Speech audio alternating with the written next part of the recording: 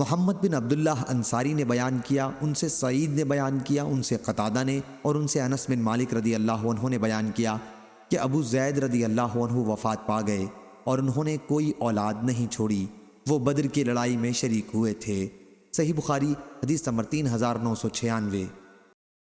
عبداللہ بن یوسف تنیسی نے بیان کیا، کہا ہم سے لیث بن سعد نے بیان کیا، کہا کہ مجھ سے یحییٰ بن سعید انصاری نے بیان کیا، ان سے قاسم بن محمد نے، ان سے حضرت عبداللہ بن خباب رضی اللہ عنہ نے کہ حضرت ابو سعید بن مالک خدری رضی اللہ عنہ سفر سے واپس آئے تو ان کے گھر والے قربانی کا گوشت ان کے سامنے لائے۔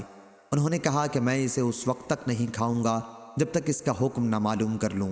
چنانچہ وہ اپنی والدہ کی طرف سے اپنے ایک بھائی کے پاس معلوم کرنے کے لیے گئے، وہ بدر کی لڑائی میں شریک ہونے والوں میں سے تھے، یعنی حضرت قتادہ بن نعمان رضی اللہ عنہ۔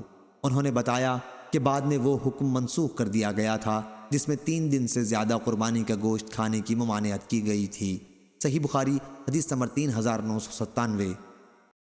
ابو اسامہ نے بیان کیا، ان سے ہشام بن عروہ نے، ان سے ان کے والد نے بیان کیا اور ان سے زبیر رضی اللہ عنہ نے بیان کیا کہ بدر کی لڑائی میں میری مڈبھیڑ عبیدہ بن سعید بن عاص سے ہو گئی، اس کا سارا جسم لوہے میں غرق تھا اور صرف آنکھ دکھائی دے رہی تھی۔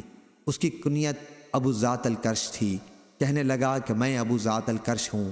میں نے چھوٹے برچے سے اس پر حملہ کیا اور اس کی آنکھ ہی کو نشانہ بنایا، چنانچہ اس زخم سے وہ مر گیا۔ ہشام نے بیان کیا کہ مجھے خبر دی گئی ہے کہ زبیر رضی اللہ عنہ نے کہا، پھر میں نے اپنا پاؤں اس کے اوپر رکھ کر پورا زور لگایا اور بڑی دشواری سے وہ برچہ اس کی آنکھ سے نکال سکا، اس کے دونوں کنارے مڑ گئے تھے۔ عروہ نے بیان کیا کہ پھر رسول اللہ صلی اللہ علیہ وسلم نے زبیر رضی اللہ عنہ کا وہ برچہ طلب فرمایا تو انہوں نے وہ پیش کر دیا۔ جب حضور اکرم صلی اللہ علیہ وسلم کی وفات ہو گئی تو انہوں نے اسے واپس لے لیا۔ پھر ابو بکر رضی اللہ عنہ نے طلب کیا تو انہوں نے انہیں بھی دے دیا۔ ابو بکر رضی اللہ عنہ کی وفات کے بعد عمر رضی اللہ عنہ نے طلب کیا، انہوں نے انہیں بھی دے دیا۔ عمر رضی اللہ عنہ کی وفات کے بعد انہوں نے اسے لے لیا۔ پھر عثمان رضی اللہ عنہ نے طلب کیا تو انہوں نے انہیں بھی دے دیا۔ عثمان رضی اللہ عنہ کی شہادت کے بعد وہ برچہ علی رضی اللہ عنہ کے پاس چلا گیا اور ان کے بعد ان کی اولاد کے پاس، اور اس کے بعد عبداللہ بن زبیر رضی اللہ عنہ نے اسے لے لیا اور اس کے پاس ہی وہ رہا یہاں تک کہ وہ شہید کر دیا گیا۔ صحیح بخاری حدیث نمبر 3998۔ شعیب نے خبر دی، انہیں زہری نے کہا کہ مجھے ابو ادریس عائذ اللہ بن عبداللہ نے خبر دی اور انہیں حضرت عبادہ بن صامت رضی اللہ عنہ نے، وہ بدر کی لڑائی میں شریک ہوئے تھے کہ رسول اللہ صلی اللہ علیہ وسلم نے فرمایا تھا کہ مجھ سے بیعت کرو۔ صحیح بخاری حدیث نمبر 3999۔ لیث بن سعد نے بیان کیا، ان سے عقیل نے، انہیں ابن شہاب زہری نے خبر دی، انہیں عروہ بن زبیر رضی اللہ عنہ نے، انہیں نبی کریم صلی اللہ علیہ وسلم کی زوجہ مطہرہ عائشہ رضی اللہ عنہا نے کہ ابو حذیفہ رضی اللہ عنہ جو رسول اللہ صلی اللہ علیہ وسلم کے ساتھ بدر کی لڑائی میں شریک ہونے والوں میں تھے، نے سالم رضی اللہ عنہ کو اپنا منہ بولا بیٹا بنایا تھا اور اپنی بھتیجی ہند بنت ولید بن عتبہ سے شادی کرا دی تھی۔ سالم رضی اللہ عنہ ایک انصاری خاتون کے غلام تھے، جیسے نبی کریم صلی اللہ علیہ وسلم نے زید بن حارثہ رضی اللہ عنہ کو اپنا منہ بولا بیٹا بنا لیا تھا۔ جاہلیت میں یہ دستور تھا کہ اگر کوئی شخص کسی کو اپنا منہ بولا بیٹا بنا لیتا تو لوگ اسی کی طرف اسے منسوب کر کے پکارتے اور منہ بولا بیٹا اس کی میراث کا بھی وارث ہوتا، یہاں تک کہ اللہ تعالیٰ نے یہ آیت نازل کی کہ انہیں ان کے باپوں کی طرف منسوب کر کے پکارو۔ تو سہلہ رضی اللہ عنہا حضور صلی اللہ علیہ وسلم کی خدمت میں حاضر ہوئیں، پھر تفصیل سے راوی نے حدیث بیان کی۔ صحیح بخاری حدیث نمبر 4000۔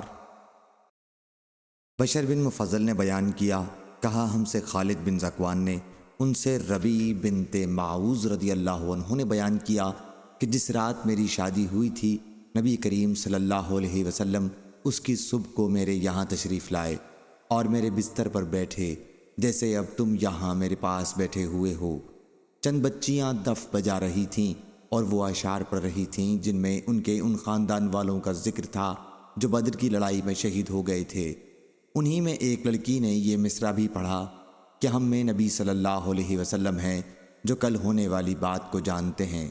حضور صلی اللہ علیہ وسلم نے فرمایا، یہ نہ پڑھو بلکہ جو پہلے پڑھ رہی تھیں وہی پڑھو۔ صحیح بخاری حدیث نمبر 4001۔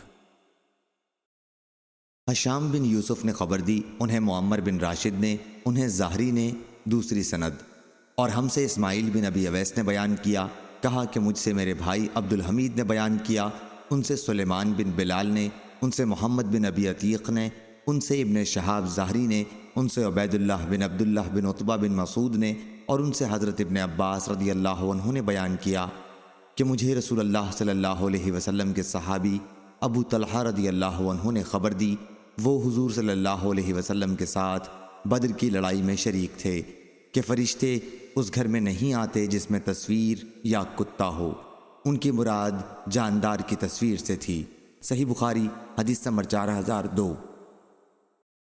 عبداللہ بن مبارک نے خبر دی، انہیں یونس بن یزید نے خبر دی۔ دوسری سند امام بخاری رحمہ اللہ نے کہا، ہم کو احمد بن صالح نے خبر دی، ان سے عتبہ بن خالد نے بیان کیا، کہا ہم سے یونس نے بیان کیا، ان سے زاہری نے، انہیں علی بن حسین امام زین العابدین نے خبر دی، انہیں حضرت حسین بن علی رضی اللہ عنہ نے خبر دی، اور ان سے حضرت علی رضی اللہ عنہ نے بیان کیا کہ جنگ بدر کی غنیمت میں سے مجھے ایک اور اونٹنی ملی تھی، اور اسی جنگ کی غنیمت میں سے اللہ تعالیٰ نے رسول اللہ صلی اللہ علیہ وسلم کا جو خمس کے طور پر حصہ مقرر کیا تھا، اس میں سے بھی حضور صلی اللہ علیہ وسلم نے مجھے ایک اونٹنی عنایت فرمائی تھی۔ پھر میرا ارادہ ہوا کہ حضور صلی اللہ علیہ وسلم کی صاحبزادی حضرت فاطمہ رضی اللہ عنہا کی رخصتی کرا لاؤں، اس لیے بنی قنیقہ کے ایک سنار سے بات چیت کی کہ وہ میرے ساتھ چلے اور ہم ازخر گھاس لائیں۔ میرا ارادہ تھا کہ میں اس گھاس کو سناروں کے ہاتھ بیچ دوں گا اور اس کی قیمت ولیمے کی دعوت میں لگاؤں گا۔ میں ابھی اپنی اونٹنی کے لیے پلان، ٹوکرے اور رسیاں جمع کر رہا تھا۔ اونٹنیاں ایک انصاری صحابی کے حجرے کے قریب بیٹھی ہوئی تھیں۔ میں جن انتظامات میں تھا، جب وہ پورے ہو گئے تو اونٹنیوں کو لینے آیا۔ وہاں دیکھا کہ ان کے کوہان کسی نے کاٹ دیے ہیں اور کوکھ چیر کر اندر سے کلیجی نکال لی ہے۔ یہ حالت دیکھ کر میں اپنے آنسوؤں کو نہ روک سکا۔ میں نے پوچھا یہ کس نے کیا ہے؟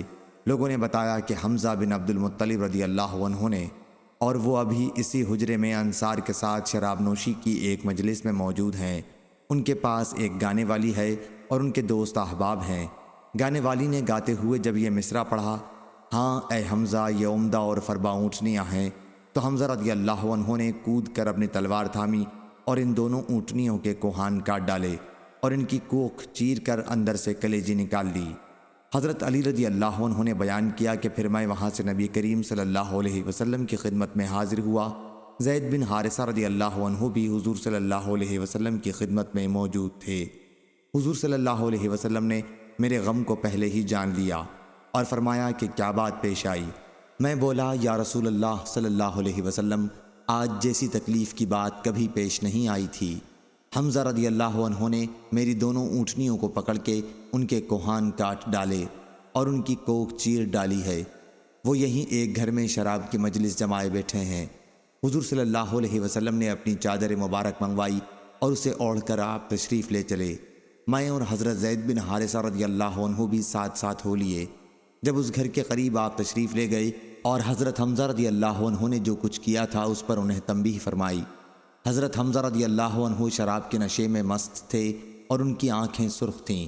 انہوں نے حضور صلی اللہ علیہ وسلم کی طرف نظر اٹھائی، پھر ذرا اور اوپر اٹھائی اور آپ کے گھٹنوں پر دیکھنے لگے، پھر اور نظر اٹھائی اور آپ کے چہرے پر دیکھنے لگے، پھر کہنے لگے تم سب میرے باپ کے غلام ہو۔